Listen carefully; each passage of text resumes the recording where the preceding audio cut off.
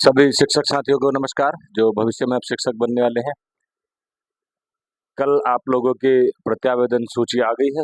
अब चूंकि मेरा खुद का मैं एक अध्यापक हूं, जिस कारण जिस क्षेत्र में मेरी नौकरी है वहां पर्याप्त नेटवर्क नहीं होते हैं और उतना समय नहीं होता है कि मैं आपके पास हर समय सूचना लेकर के आऊं।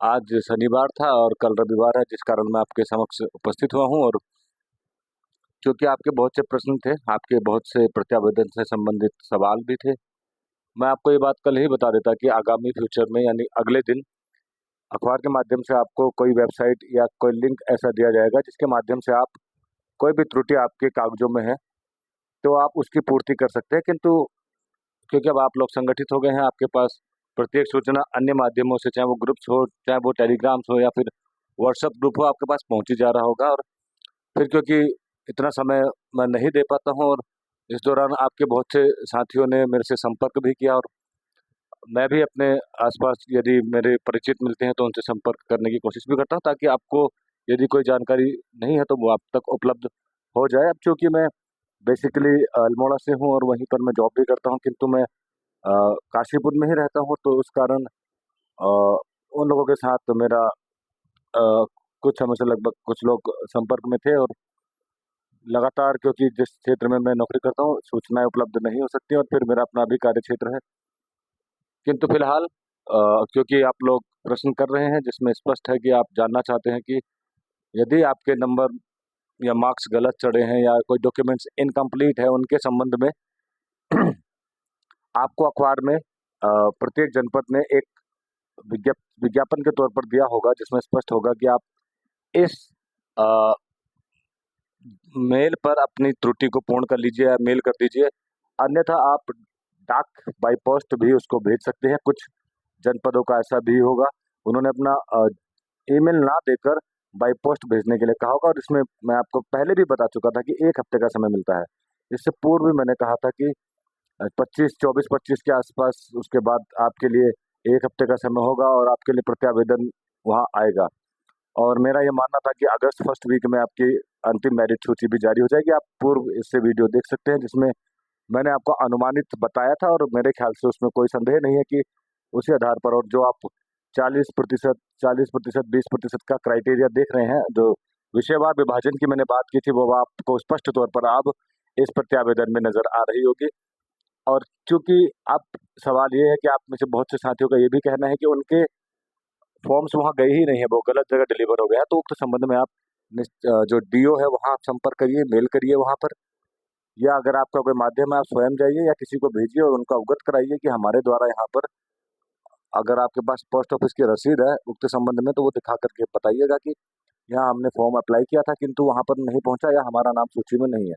उसके अतिरिक्त किसी भी त्रुटि के संबंध में या तो आपको मेल के माध्यम से वहां भेजना होगा, और यदि कोई जनपद मेल के स्थान पर बाई पोस्ट उस डॉक्यूमेंट्स को मंगाना चाहता है, क्योंकि देखिए विभाग किसी भी तरह से कोई कमी नहीं रखना चाहता है। यदि किसी, क्योंकि जब वो अंतिम मेरिट सूची जारी करेगा तो वो फाइनल होगा, उससे पूर्व यदि किसी के अंक की कोई समस्या है, किसी के डॉक्यूमेंट्स में कुछ कमी है, तो उसको पूर्ण करने का पूर्ण अवसर वहां पर मिलता है।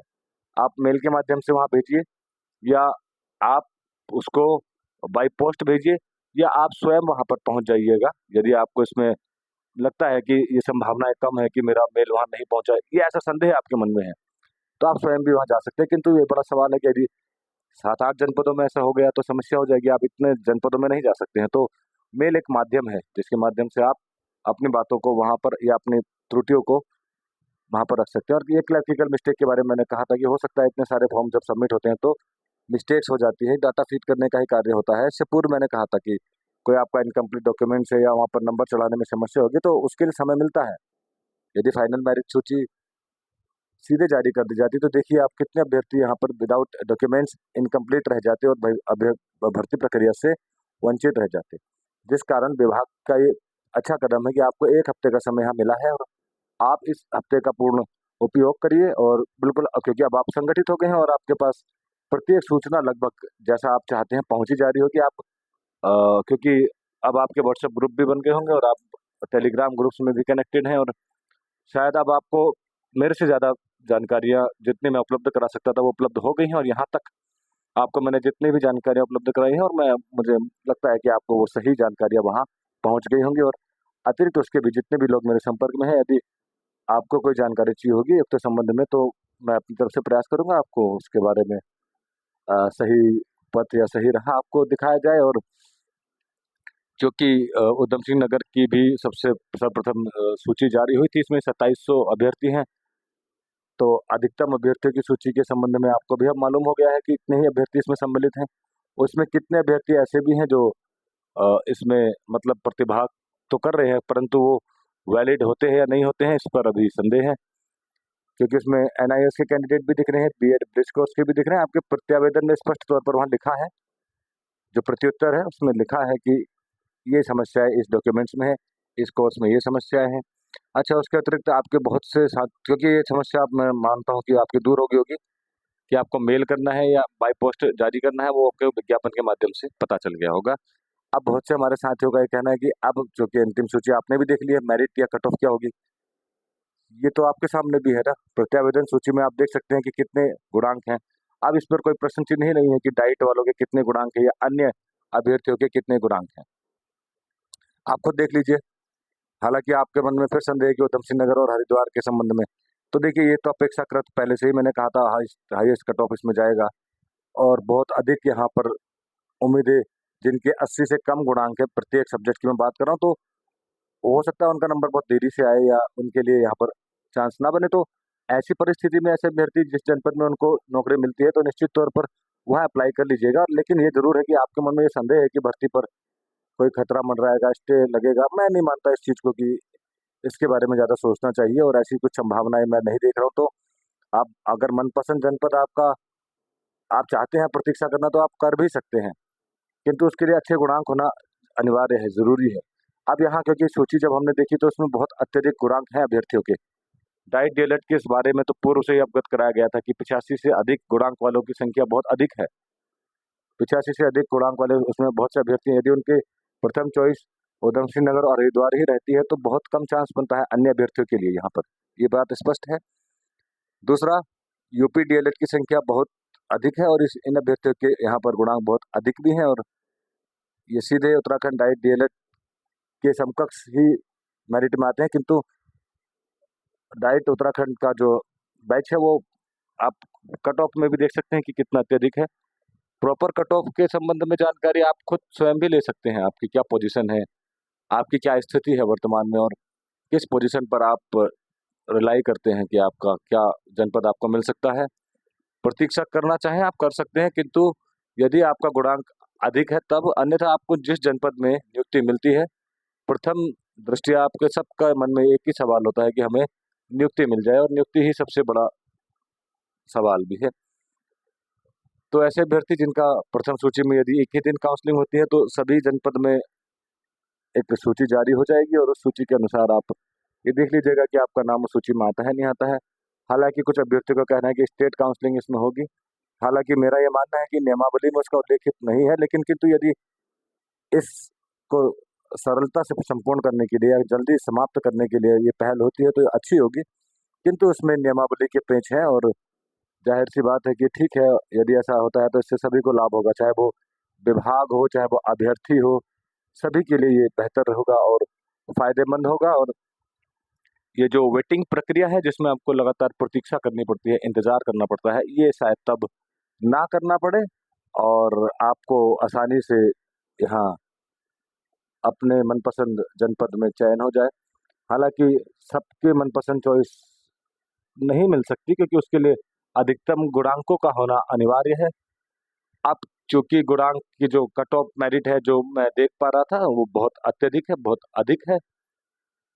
ऐसे में लगभग 80 के नीचे के जो अभ्यर्थी हैं, वो ये तय करके मान करके चले, यदि उनको इंतजार करना है उधम सिंह नगर हरिद्वार में यदि कुछ पद बचते हैं, तो वो प्रतीक्षा करें। अन्यथा मेरा मानना है व्यक्तिगत तौर पर कि आप जिस जनपद में आपको बेहतर सुटेबल लगता है, या जिसमें आपका नाम आता है जिस सूची में, वहां आप अप्लाई करिएगा। जेडबीसी के संबंध में जो मेरा मानना था कि कट ऑफ कम हो सकती है, वो भी मुझे नहीं लग रहा है, क्योंकि जेडबीसी के इसमें बहुत से अभ्यर्थियों के अच्छे गुणांक है, और उनके लिए भी कट ऑफ अत्यधिक रहने की ही भी संभावना है। सबसे जो मेरे लिए बड़ा मतलब एक आसान नहीं था। जो कट ऑफ मैं अपेक्षा कर रहा था उसमें था साइंस अदर्स का। मुझे लग रहा था कि उतना अभ्यर्थी इसमें नहीं होंगे या उतनी अधिक कट ऑफ नहीं होगी, किंतु ऐसा नहीं है। साइंस अदर्स में कट ऑफ बहुत अधिक है, अपेक्षा से, मेरी अपेक्षाओं से बहुत ज्यादा है। तो वहां पर भी एक बड़ा कंपटीशन है। मैथ्स के संबंध में मेरा मानना था कि बहुत अत्यधिक हो जाएगी, वो अत्यधिक ही है। उसमें अपेक्षा जैसी थी वैसी ही रही, किंतु जेडबीसी और साइंस अदर में कट ऑफ जरूरत जितना हमने महसूस किया था उससे ज्यादा है। आर्ट्स की अगर मैं बात करूं तो, क्योंकि जैसा मैं देख पा रहा हूँ 15% हिंदी, 15% इंग्लिश, अगर हम नियमावली के एक एक भाषा को पढ़ें तो इंग्लिश के 15% अभ्यर्थी तब उसमें सम्मिलित हो सकते हैं जब आर्ट्स दर के 70% अभ्यर्थी पूर्ण हो जाएंगे। किंतु मानकीय विषय एक जैसे हो जाते हैं, इंग्लिश के साथ 70% अदर के विषय भी मिक्स हो जाते हैं। तो उस संबंध में विभाग क्या इस मेरिट सूची को मिक्स करके बनाता है या 15% को तब अवसर देता है जब 70% अभ्यर्थी का संपूर्ण हो जाएंगे, ये विभाग का अपना एक विवेक होगा। इस पर मैं अभी से कोई राय नहीं दे सकता। किंतु 20% जो साइंस अदर्स की सीट है वो साइंस अदर्स की ही रहेंगी। उसके उपरांत ही उसमें पीसीएम के अभ्यर्थी उसमें सम्मिलित होंगे। वहां किसी तरह का कोई भी मिक्स मेरिट जैसा मैं नहीं देख पा रहा हूँ। नियमावली की मैं बात कर रहा हूँ, ये अंतिम बार पिछली बार ऐसा हुआ था जिस पर बहुत समस्याएं भी हुई थी।